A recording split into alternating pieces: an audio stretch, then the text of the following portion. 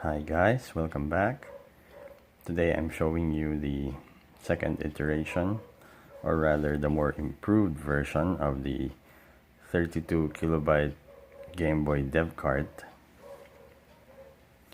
You remember last time I showed you this development cartridge that I designed myself, and the board I etched myself at home. It has a 28-pin dip socket, and it's for an EEPROM, the 27C256.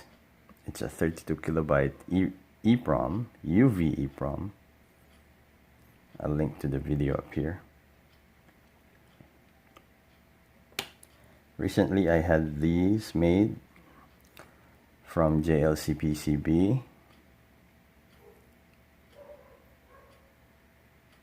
You can also find a link to the unboxing up here.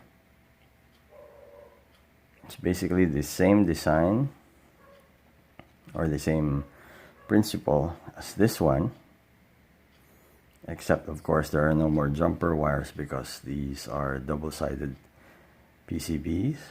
I designed this board using Diptrace. As you can see, there's an option for a capacitor here, but the cartridge will work fine without the capacitor. So this board is 0.6 millimeters thick. It's quite a thin board. Now there are several options you can have with this board. One would be to put another dip socket, and it will look like this. Now for this one, I bent the pins outward and soldered them on top of the board using these pads. Another option would be to solder it through. Let's see if I have an example. I'm not sure if you can see that, but there's no solder on the pads. I trimmed the legs of the dip socket and soldered them into the holes through the back of the PCB, like so. So I trimmed the legs first and then solder it so that it will still sit flush on the PCB.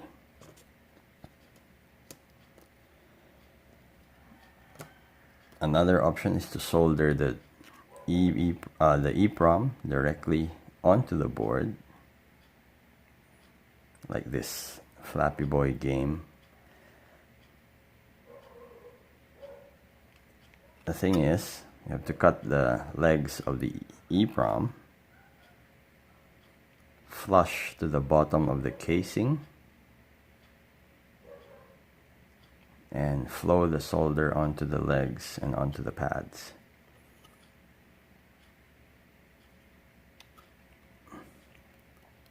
This will fit inside a regular Game Boy cartridge case.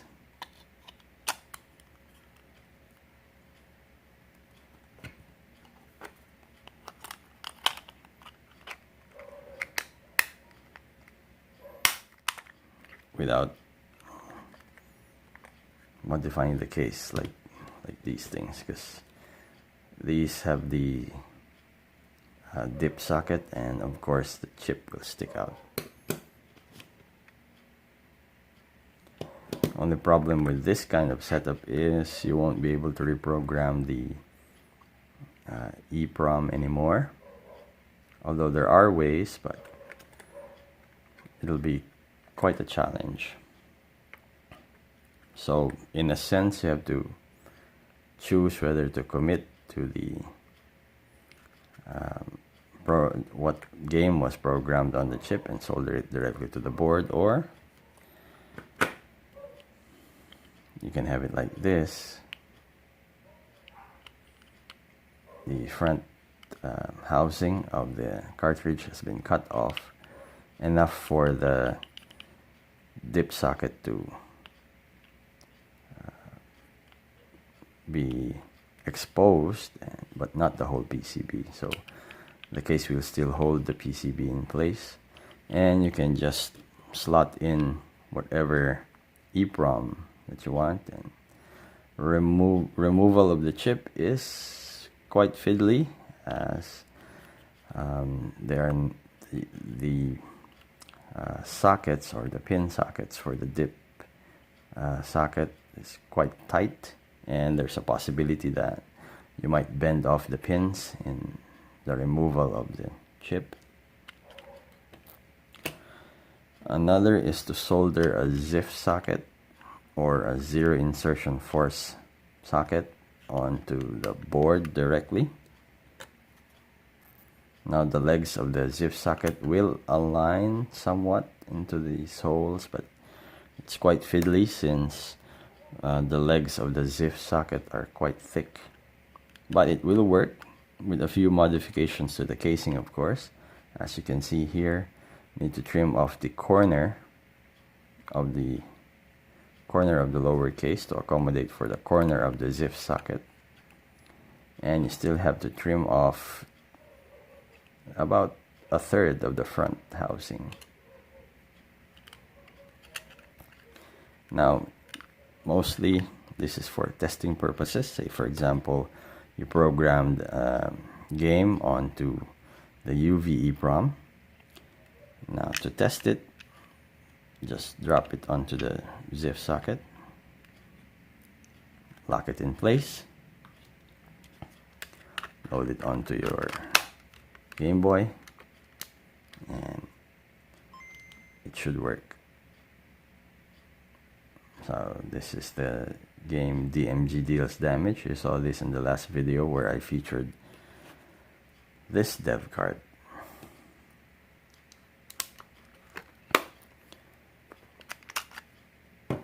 So this is mostly for testing and for convenience sake. I mean, you can use this for gaming, no problem.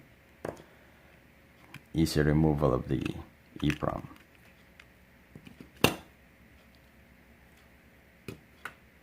So here are a few games these games are free. So this is Guns N' Riders and Sheep It Up. Now these are installed on the dip sockets onto something like this one.